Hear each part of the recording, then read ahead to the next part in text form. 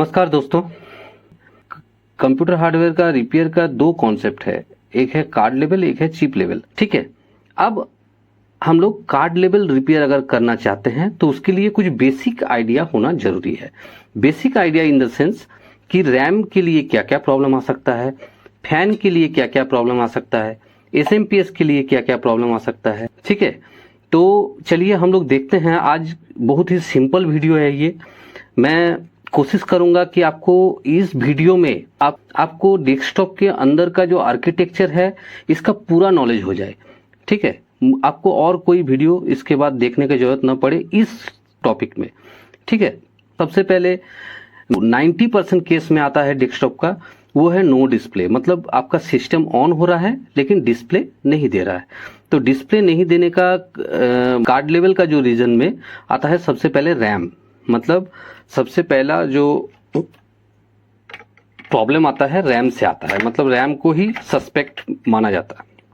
आता है रैम का ये जो पिन आउट आपको दिख रहा है, ये पिन आउट में एक तरह का रैश टाइप का हो जाता है, जिससे रैम के सॉकेट में ठीक से ये कनेक्ट नहीं हो पाता है।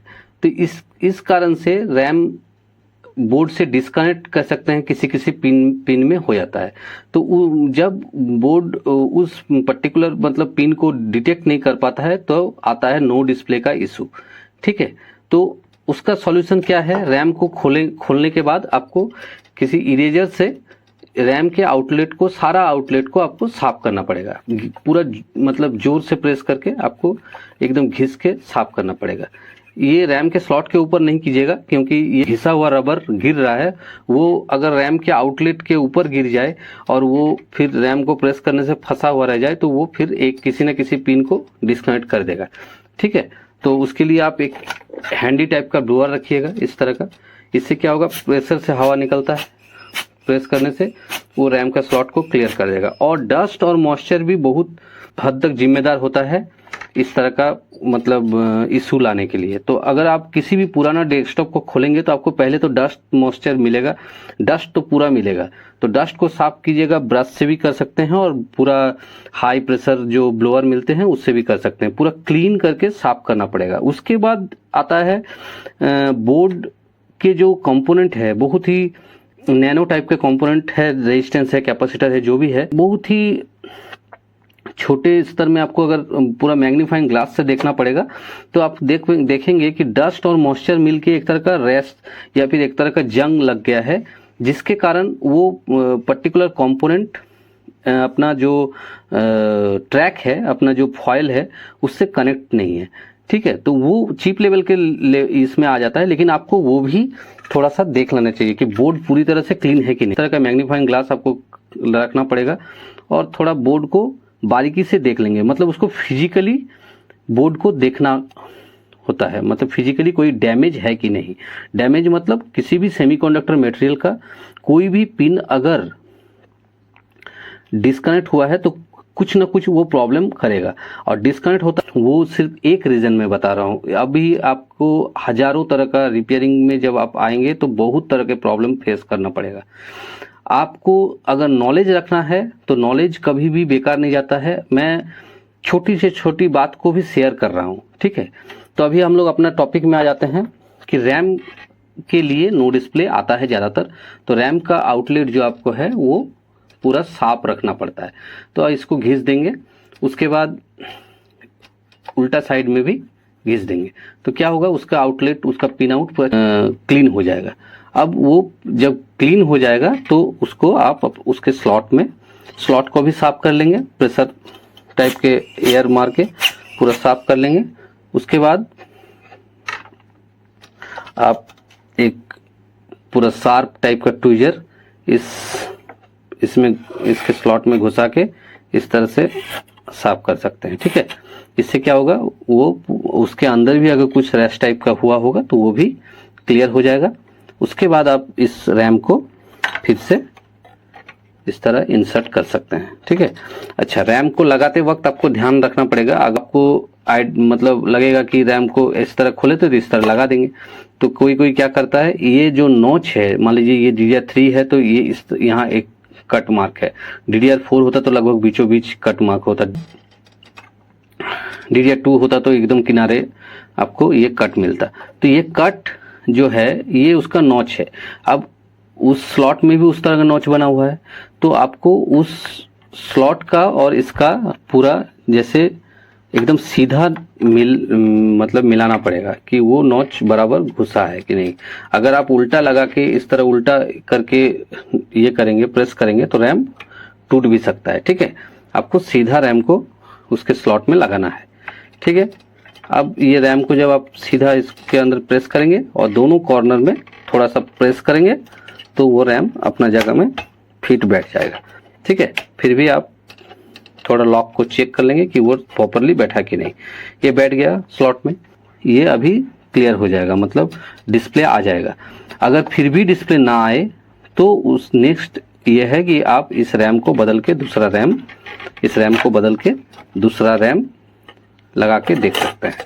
दूसरा रैम लगाने के टाइम आपको ध्यान में रखना पड़ेगा कि रैम एक ऐसा चीज है जिसका मतलब जो बोर्ड को सपोर्ट, बोर्ड जिस रैम को सपोर्ट करेगा वही रैम आपको यूज करना है। रैम का स्पीड होता है, मतलब ये PC3 रैम है, मान लीजिए DDR3 रैम है, तो उसका स्पीड है 10,600 U लिखा हुआ है इसमें, मतलब ये मान के चलते हैं हम 10,600 मेगाहर्ट्ज का स्पीड का है, मतलब इसको कहते हैं रैम का क्लॉकिंग स्पीड। ठीक है, तो ये 10,600 का ही आपको लगाना मतलब बेटर रहता है। अगर आप 12,800 लगा देंगे तो हो सकता है आपका डिस्प्ले आ जाए, लेकिन आपको जब सिस्टम रन करेंगे तो ब्लू स्क्रीन का एरर आ सकता है, हैंग का एरर आ सकता है। आपका बोर्ड उस स्पीड के रैम के साथ कंफर्टेबल है। ठीक है, जो भी स्पीड का बोर्ड मतलब रैम है बोर्ड में लगा हुआ वही स्पीड का रैम लगाना चाहिए। मतलब स्पीड मतलब उसका क्लॉकिंग में फ्रीक्वेंसी यहाँ मेंशन रहता है। DDR3 उसके बाद 10,600, किसी में 12,800 रहेगा। ठीक है, उसके बाद जब आप DDR4 में जाएंगे तो 2666 आएगा, 3200 आएगा। ठीक है, 2400 FSB, तो हर तरह की स्पीड का रैम DDR4 में देखने को मिलता है। तो आपको स्पीड जो है रैम का, क्लॉकिंग फ्रीक्वेंसी जो है वो ध्यान में रख के ही रैम खरीदना चाहिए। जब आप रैम खरीदने जाएंगे, अगर आप DDR4 है तो DDR4 खरीद के लेके आ गए, यहाँ लगा हुआ 3200 आप लेके आ गए 2666 लगाएंगे, प्रॉब्लम आ जाएगा, ब्लू स्क्रीन मारेगा। या फिर 2666 है और आप 3200 लेके आ गए, हो सकता है डिस्प्ले आ जाए लेकिन आपको ब्लू स्क्रीन का एरर आ जाएगा। ठीक है, आपका गेमिंग जो हाई मतलब एंड वाला बोर्ड होता है उसमें लगभग DDR4 3200 मेगाहर्ट्ज का ही स्पीड का रैम लगता है। आप उस गेमिंग लैपटॉप में अगर लगा देंगे 2400 रैम, तो हो सकता है जब आप हाई एंड में गेम खेलेंगे, ठीक है, पूरा हाई सेटिंग में, तो आपको लैगिंग देखने को मिल सकता है, गेम रुक के चलेगा। ठीक है, तो बहुत कुछ रैम के लिए हो सकता है। मतलब ये रैंडम एक्सेस मेमोरी है, वो पूरा आपके बोर्ड के साथ सिंक्रोनाइजेशन करता है। आपका जो CPU है, CPU का डेटा को सिंक्रोनाइज करता है अपने स्पीड के अकॉर्डिंग कॉन्सेप्ट। अब तो ये रैम का जो क्लॉकिंग स्पीड है वो बहुत जरूरी, बहुत ही मतलब मेजर फैक्टर माना जाता है। यही पर गलती करता है, मतलब कोई भी आपको रैम खरीदने से पहले ये स्पीड नहीं देखता है। तो स्पीड देखना बहुत जरूरी है। रैम का टाइप और स्पीड, टाइप तो जरूरी है क्योंकि आपका स्लॉट में वो फिट ही नहीं बैठेगा। अगर आप DDR4 का स्लॉट है और लाएंगे DDR3, स्लॉट में आएगा ही नहीं। DDR5 नहीं आएगा, DDR2 नहीं आएगा, DDR4 ही चाहिए। अब DDR4 आ गया, उसका स्पीड आपका मैच नहीं किया है, लगा दिए, हो सकता है डिस्प्ले आ जाए, किसी में डिस्प्ले आता भी नहीं है। तो डिस्प्ले आना और या नहीं आना वो बात नहीं है, लेकिन आप जब मल्टीटास्किंग करेंगे, एक साथ ऐप मतलब बहुत सारा एप्लीकेशन रन करेंगे, तब आएगा प्रॉब्लम। अगर उसका स्पीड आप प्रॉपर नहीं लिए हैं तो स्पीड का ध्यान रखना जरूरी है। ठीक है, क्लियर हो गया। अब रैम का साइड करते हैं रैम को। अब प्रॉब्लम आता है डेस्कटॉप में, पावर ऑन नहीं हो रहा है। कार्ड लेवल का बात कर रहे हैं। कार्ड लेवल में जो ये आप कर सकते हैं उस बारे में हम लोग बात कर रहे हैं। तो कार्ड लेवल में सबसे पहले कर सकते हैं, इसका ATX कनेक्टर कहते हैं, SMPS का जो सप्लाई इसको प्रोवाइड किया जाता है, वो कनेक्टर आपको बोर्ड से निकालना है। ये इस तरह से फिटिंग किया हुआ रहता है। ठीक है, इस तरह से बोर्ड में लगा हुआ रहता है। ठीक है, मैंने इसे क्यों खोल के रखा है, क्योंकि आपको क्लियरली दिखा पाऊँ। ये जो लॉक आपको दिख रहा है, ये लॉक दिख रहा है शायद, ये लॉक है, ठीक है, दिखाई दिया। तो ये लॉक इसमें प्रॉपरली मतलब लगना चाहिए। जब लॉक कट से आवाज करेगा तब आप समझ जाएंगे कनेक्टर पूरी तरीके से कनेक्ट हो चुका है। ये 20 पिन का दिख रहा है और यहाँ 4 पिन और ये है, और इधर कोर के लिए एक 4 पिन का कनेक्टर रहता है कोर सप्लाई के लिए। इसमें 12 वोल्ट का मतलब सप्लाई जाता है। इसमें एसएमपीएस पर डाउट हो रहा है आपको कि एसएमपीएस से हो सकता है सप्लाई बंद है, इसीलिए बोर्ड आपका ऑन नहीं हो रहा है या फिर बोर्ड में पावर नहीं आ रहा है। बोर्ड में पावर नहीं आ रहा है, किसी किसी बोर्ड में एलईडी दिया हुआ रहता है, आप पावर इंसर्ट करेंगे तो बोर्ड का एलईडी जलने लगेगा। उससे भी पता चल जाता है कि बोर्ड ऑन मतलब बोर्ड में सप्लाई आ रहा है, लेकिन आप पावर बटन प्रेस कर रहे हैं फिर भी ऑन नहीं हो रहा है। उस केस में क्या होता है, बायोस प्रोग्राम करके देखते हैं। बायोस प्रोग्राम मतलब चिप लेवल का थोड़ा सा मतलब कॉन्सेप्ट आ गया यहाँ।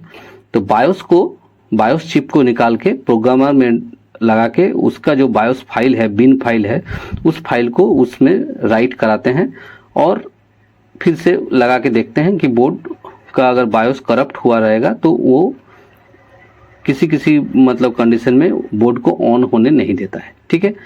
आरटीसी सेक्शन का प्रॉब्लम रहेगा तो आरटीसी मतलब रियल टाइम क्लॉक, ये सीमॉस सेल, ठीक है, इसके लिए भी बोर्ड ऑन नहीं होता है। मतलब आरटीसी अगर आरटीसी रीसेट बोर्ड को ना मिले तो बोर्ड ऑन नहीं होता है, ठीक है। तो बोर्ड का ये कॉइन सेल आपको चेक करना पड़ेगा। अगर इसमें डाउट हो रहा है तो ये 3.3 वोल्ट का होता है मेनली। अगर 3 वोल्ट तक भी इसमें है तो ये चल जाएगा। अगर 3 वोल्ट से कम है तो इसे चेंज कर देना ही बेहतर है। मान लीजिए 2.9 वोल्ट तक भी चल जाता है, लेकिन 2.9 वोल्ट ही मतलब आरटीसी सेक्शन का थ्रेशोल्ड लेवल है। उससे कम 2.8 2.7 अगर हो गया तो आरटीसी सेक्शन फेल हो जाता है। इसके मतलब एलडीओ से भी वोल्टेज आता है, लेकिन वो कॉइन किसी केस में देखा गया है कि ये कॉइन सेल अगर डाउन हो गया है तो बोर्ड को ऑन होने नहीं दे रहा है, ठीक है। तो इसे आप हमेशा 3 वोल्ट से अबोव ही रखिए, ठीक है। देख लेते हैं कितना वोल्ट है इसमें। तो इसमें ये ऊपर वाला पॉजिटिव है और ये नेगेटिव है, तो ये 3 वोल्ट से ऊपर है, इसका मतलब ये चलेगा। तो इसको जब आप बोर्ड में काम करेंगे तो इसको खोल के रखना ही बेहतर है, ठीक है। इसका और एक मतलब ये है कार्ड लेवल का, जो रिपेयर का बात कर रहे हैं तब बता ही देते हैं कि इसको आप सीमॉस क्लियर का एक जंपर रहता है, हर एक मदरबोर्ड में आपको मिल जाएगा, वो आपको ढूंढना पड़ेगा। उसके जंपर के आसपास सीमॉस लिखा हुआ रहता है या CLR लिखा हुआ भी रहता है, सीमॉस क्लियर, ठीक है। CLR एक्चुअली एक करंट लिमिटिंग रेजिस्टेंस भी कहते हैं, लेकिन वो अलग चीज है और ये अलग चीज है। तो ये आपका मान लीजिए यहाँ पर जंपर दिया हुआ है सीमॉस क्लियर का, तो सीमॉस क्लियर का जंपर आपको ढूंढना पड़ेगा और उसमें 3 पिन होता है। तो 2 पिन में एकदम जंपर किया हुआ रहता है पहले से ही। आपको क्या करना होगा, वो पहले से किया हुआ जंपर का जो 2 पिन है उसको हटाना पड़ेगा, जंपर हटा दिया, और दूसरा वाला मतलब एक बीच वाला पिन को तो कॉमन है, दूसरा जो किया हुआ नहीं था जंपर उसमें लगा देना पड़ेगा। इससे क्या होगा कि इस जो आरटीसी सेक्शन का जो एक्स्ट्रा चार्ज रह जाता है बोर्ड में, उसको पूरा रीसेट हो जाएगा, मतलब पूरा क्लीन आरटीसी रीसेट हो गया मैनुअली। इससे क्या होगा कि आप अगर मतलब आरटीसी रीसेट का अगर कुछ प्रॉब्लम रहा तो ये रीसेट हो गया। इसके बाद आपका बोर्ड ऑन होने के लिए तैयार है मान सकते हैं। इसको जंपर को आप फिर से अपना जगह में कर दीजिए। जंपर को अपने जगह में कर देने के बाद फिर से कॉइन सेल को लगाइए। हाँ, ये जंपर को आप जब चेंज करेंगे ये सीमॉस सेल लगा हुआ नहीं रहना चाहिए, किसी तरह का भी पावर बोर्ड में नहीं रहना चाहिए। अगर किसी तरह का पावर दिया हुआ है बोर्ड में, एसएमपीएस से पावर आ रहा है या फिर इससे सीमॉस सेल लगा हुआ है और आपने जंपर को छेड़छाड़ किया तो बोर्ड खराब हो जाएगा, मतलब इसका पीसीएच खराब हो जाएगा, पीसीएच शॉर्ट हो जाएगा, आरटीसी सेक्शन पूरा शॉर्ट हो जाएगा। ये बात ध्यान में रखिएगा। ये आपको प्रॉपर नॉलेज होना चाहिए तभी आप करेंगे। मतलब और जंपर को जब चेंज कीजिएगा उसको 1 मिनट 2 मिनट जो जितना भी रखना है आप जंपर को रख लिए, उसके बाद उसको अपना जगह में फिर से सेट कर देना है। फिर आप इस सीमोस सेल को लगाएंगे, फिर पावर देंगे। ये हुआ आरटीसी क्लियर का एक कॉन्सेप्ट, ठीक है। ये ध्यान में रखिएगा। इसको बैटरी को उल्टा करके लगाने से भी कभी कभी आरटीसी क्लियर हो जाता है, ठीक है। ये क्लियर हो गया। उसके बाद आता है नो डिस्प्ले का, मैंने बता दिया रैम के लिए हो सकता है।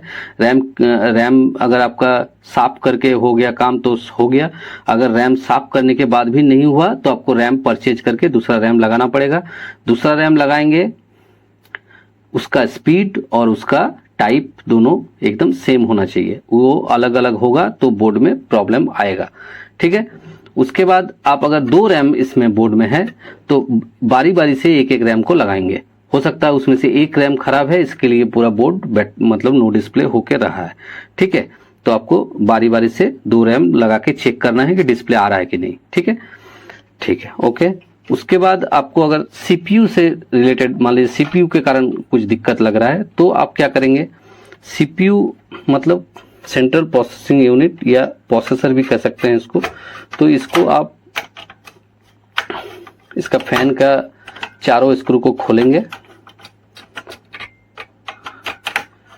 चारों स्क्रू को खोलेंगे। सीपीयू खोलना बहुत आसान है। ये फैन निकल गया, ठीक है। फैन निकालने के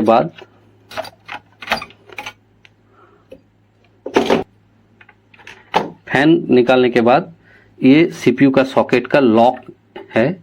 ये सॉकेट के हिसाब से अलग अलग टाइप का हो सकता है, लेकिन लॉक को खोलने का एकदम लगभग एक ही तरीका होता है। ये प्रेस करना पड़ेगा और एक तरफ खींचना पड़ेगा, तो इससे लॉक निकल जाएगा और इजीली ये लॉक खुल गया। उसके बाद आप सीपीयू को सीधा यहाँ ऐसा पकड़ के उठा लेंगे।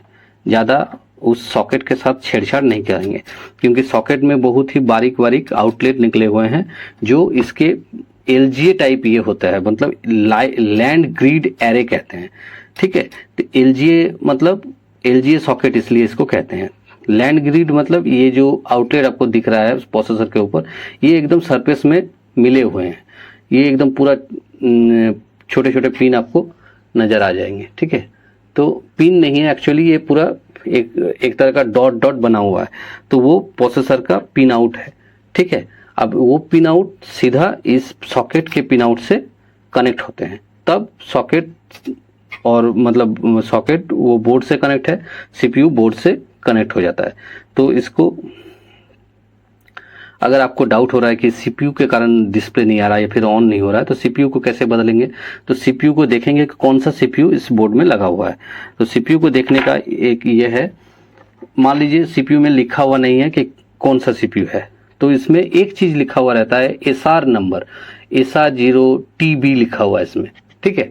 तो SR0TB इसको गूगल में सर्च करेंगे तो आपको पूरा डिटेल्स आ जाएगा कि ये i5 थर्ड जनरेशन सीपीयू है। अगर SR042 या फिर SR0 समथिंग लिखा हुआ है तो उसके अकॉर्डिंग आपको रिजल्ट मिल जाएगा कि ये कौन सा प्रोसेसर है, डुअल कोर है, पेंटियम है, i5 है, i7 है, कुछ भी है। SR नंबर को आपको SR0 से नंबर शुरू होता है, SR0, उसके बाद 2 डिजिट का नंबर रहेगा, वो मिला के आपको गूगल में सर्च करना है।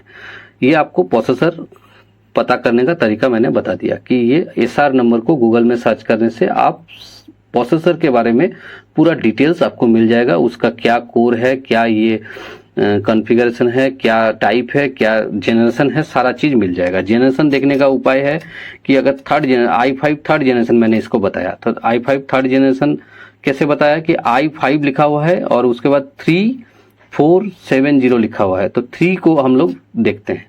3 पहले आ रहा है, इसका मतलब ये थर्ड जनरेशन है। उसके बाद 5, 4, 6 कुछ भी लिखा हुआ है वो देखने का जरूरत नहीं है। अगर i5 के बाद अगर 4 से शुरू होता है ये 4 डिजिट का नंबर, तो हम लोग 4th जनरेशन मानते हैं। अगर 5 से शुरू होता है तो 5 जनरेशन मानते हैं, ठीक है। यही है कॉन्सेप्ट। तो अभी प्रोसेसर का जो जनरेशन है वो 13 जनरेशन पहुंच गया है। 13 जनरेशन के अकॉर्डिंग बोर्ड का भी आर्किटेक्चर बदल गया है, मतलब बोर्ड भी अभी बहुत अपग्रेड हो गए हैं, ठीक है। तो अभी ये एक बैकडेट बोर्ड आपको नजर आ रहा है, ये SCL का एकदम मतलब 2nd जनरेशन 3rd जनरेशन जब प्रोसेसर था तब का सीपीयू है, ये उसका सॉकेट है, मतलब ये सॉकेट भी बोर्ड के हिसाब से बदलता है। जैसा ये अगर मान लीजिए 755 है, 755 सॉकेट है, या 1155 है, 1156 है, ठीक है। तो उसके बाद आया है 1200 सॉकेट आया है, उसके बाद 1700 सॉकेट आया है। आपको मिलेगा 2066 LGA 2066 सबसे लेटेस्ट सॉकेट। अगर आप बोलेंगे तो सॉकेट जो प्रोसेसर जिसमें बैठता है, तो उसमें 13 जनरेशन, 11 जनरेशन, 12 जनरेशन ये सब प्रोसेसर फिट होता है। जैसे 2066 जो आपका सॉकेट है, या फिर मान लीजिए 1700 1700 सॉकेट LGA 1700, तो उसमें 9 जनरेशन, 8 जनरेशन ये सब प्रोसेसर फिट बैठ, मतलब उसके लिए सॉकेट डिजाइन किया गया है।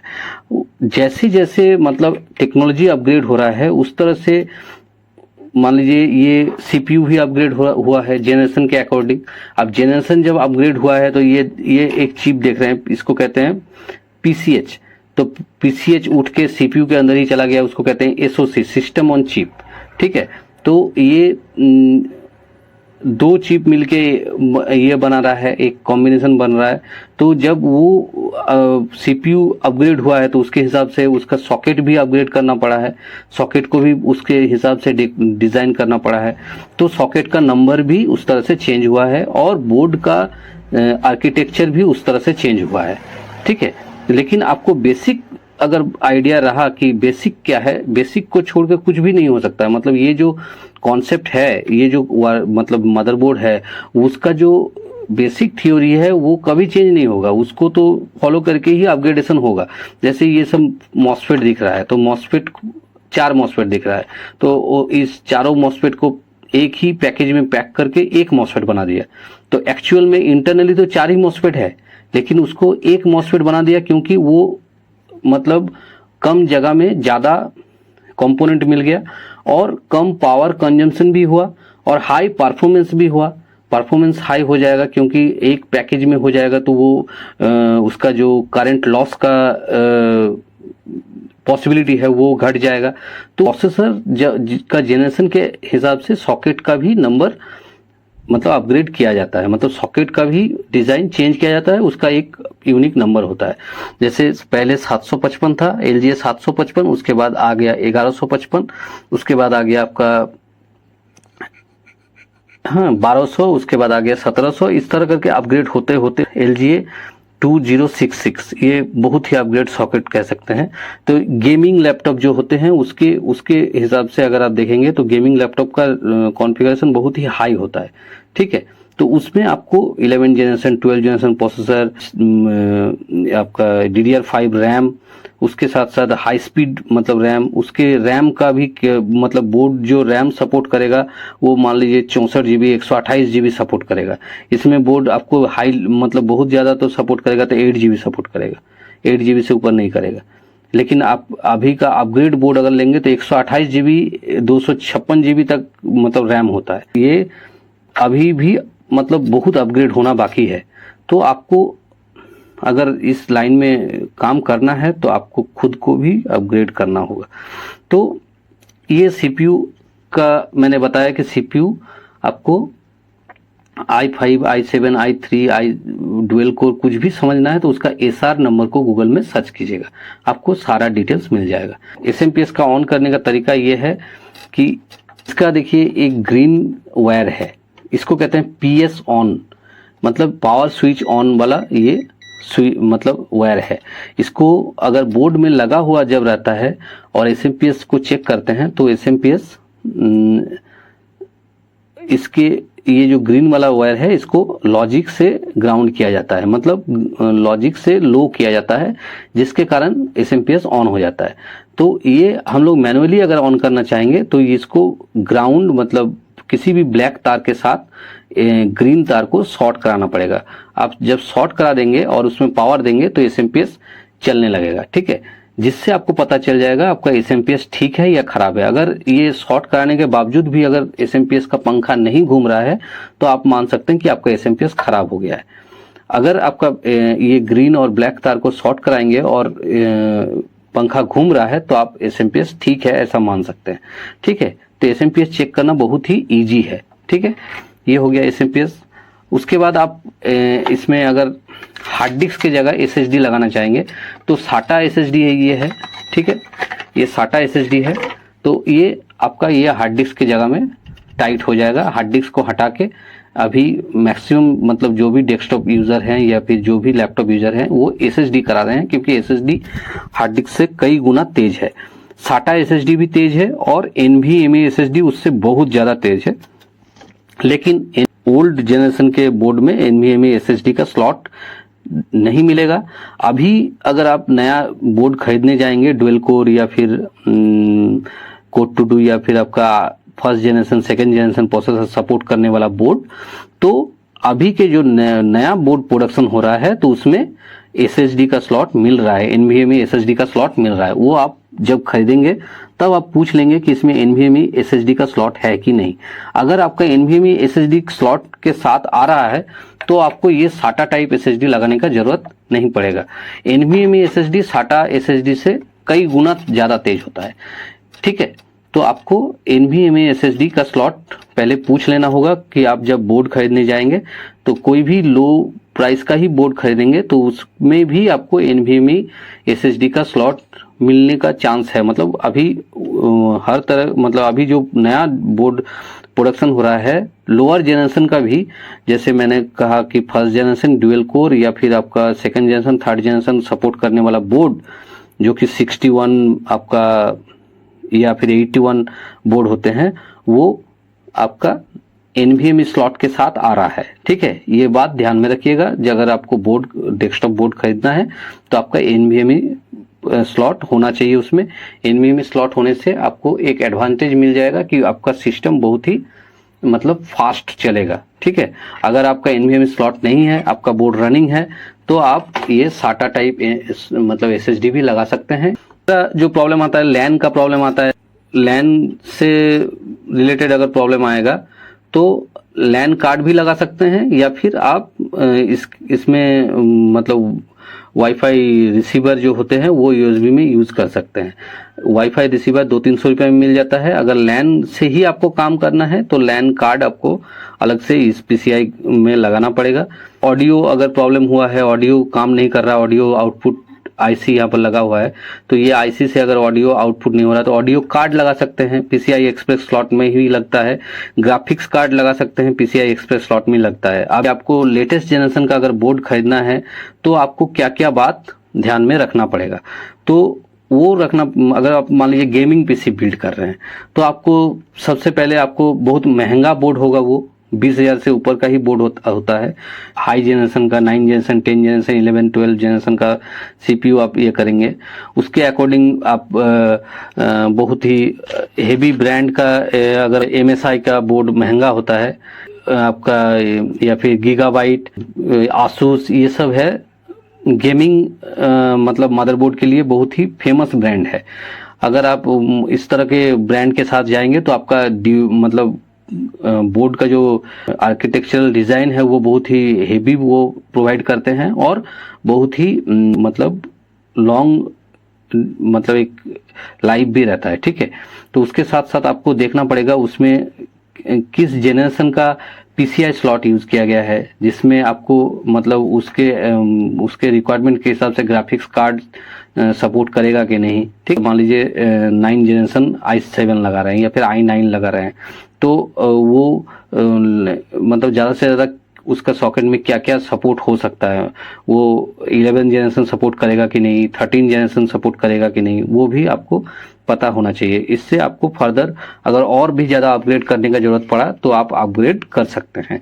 रैम क्या सपोर्ट करेगा, रैम कितना सपोर्ट करेगा, 128 GB करेगा या 64 GB करेगा, वो भी ध्यान में रखना चाहिए, ठीक है।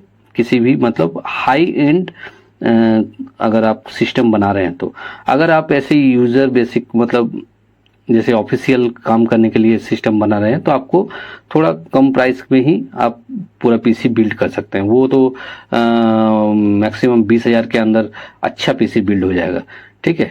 पूरा कंप्लीट सेटअप आपका बिल्ड हो जाएगा, ठीक है। तो वो अपने अकॉर्डिंग आपको ये करना पड़ेगा। तो सबसे पहले देखने का ये है किसी भी बोर्ड खरीदने से पहले उसमें का ब्रांड क्या है, क्या ब्रांड का आप यूज कर रहे हैं, वो कितना रिलायबल ब्रांड का बोर्ड आप ले रहे हैं। रिलायबल ब्रांड मतलब मैंने कहा जैसे इंटेल, आपका गीगाबाइट, आपका MSI के मतलब आसूस, तो आपको ब्रांडेड पहले देखना होगा क्या किस ब्रांड का ले रहे हैं। रैम कितना जीबी तक सपोर्ट करेगा, क्या उसका मतलब स्पीड रहेगा, रैम का मैक्सिमम स्पीड उसका कितना मेगाहर्ट्ज का रैम सपोर्ट करेगा वो देखना होगा। उसका सॉकेट का क्या ये है, मतलब CPU सॉकेट का क्या कैपेबिलिटी है, आप कह सकते हैं कि कितना जेनरेशन तक का प्रोसेसर को सपोर्ट करेगा। ठीक है, PCI का जेनरेशन क्या है, जैसे किस जेनरेशन का PCI स्लॉट है, उसके अकॉर्डिंग उसका PCI स्लॉट का स्पीड भी होता है। ठीक है, तो PCI स्लॉट का स्पीड मतलब PCI स्लॉट का जेनरेशन देखना जरूरी है। ठीक है, ऑडियो आउटपुट 5.1 है या 7.1 है वो देखना जरूरी है। ऑडियो आउटपुट में आपको 5.1 सिस्टम मिलता है, 7.1 सिस्टम मिलता है, डॉल्बी डिजिटल मिलता है।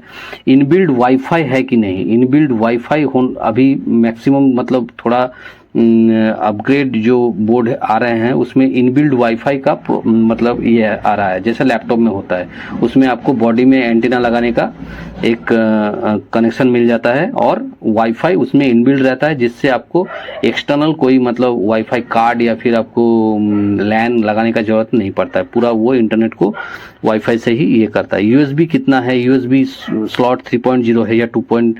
कितना को USB का पोर्ट है वो देखना जरूरी है। HDMI देखना जरूरी है, HDMI क्या है। हाँ, VGA तो रहता ही है, HDMI भी उसके साथ साथ रहेगा, वीडियो पोर्ट भी रहेगा। तो ये सब मतलब एस्पेक्ट आपको ध्यान में रख के एक मदरबोर्ड को परचेज करना चाहिए। मदरबोर्ड परचेज कर रहे हैं मतलब आप कुछ भी मदरबोर्ड आपको दिखा रहा है तो लेना नहीं है, आपको पहले उसके मतलब उसका सारा जो कॉन्फ़िगरेशन है उसका मैक्सिमम कितना वो मतलब अपग्रेड किया जा सकता है उस बारे में भी मतलब आपको इंक्वायरी करना है। तभी आप एक सही मदरबोर्ड तक मतलब आपका जो रिक्वायरमेंट है उससे ज़्यादा आपको मिल सकता है और प्राइस भी आपको एफोर्डेबल मिल सकता है। आप कंपेयर करेंगे तभी आपको मिलेगा, नहीं तो आप कुछ भी उठा लेंगे और उसके बाद आप सेटिस्फाइड नहीं होंगे। ठीक है, तो मदरबोर्ड का ये हो गया। उसके बाद ऐसे माइनर जो इशू आते हैं वो ड्राइवर के लिए होता है, सॉफ्टवेयर के लिए होता है। जैसे कभी आपका ऑडियो सपोर्ट नहीं करता, ऑडियो का ड्राइवर देख लिए, लैन सपोर्ट नहीं कर रहा, लैन का ड्राइवर देख लिए, अगर वो मिसिंग है तो आपको ऑल ड्राइवर पैक चलाना पड़ेगा। ठीक है, विंडो के लिए भी कभी कभी होता है तो विंडो को रिस्टोर करके देख सकते हैं। ठीक है, और कार्ड लेवल में ऐसा और कुछ खास ये नहीं है। अगर आपको मतलब चीप लेवल सीखना है तो आपको पहले कंपोनेंट लेवल में सीखना पड़ेगा। और कुछ भी आपको क्वायरी रहा, अगर आपको लगता है कि मुझसे कुछ छूट गया है तो आप कमेंट करके पूछ सकते हैं, मैं ज़रूर उसका रिप्लाई करने का कोशिश करूंगा। और इतना नॉलेज अगर आपको रहा तो आप इजीली फॉल्ट फाइंडिंग कर सकेंगे कार्ड लेवल में। उसके बाद आपको अगर चीप लेवल में सीखना है तो आप हमारे वीडियो को देखते रहें, तो बने रहें इस चैनल के साथ और इसको लाइक कीजिए, शेयर कीजिए। Thank you.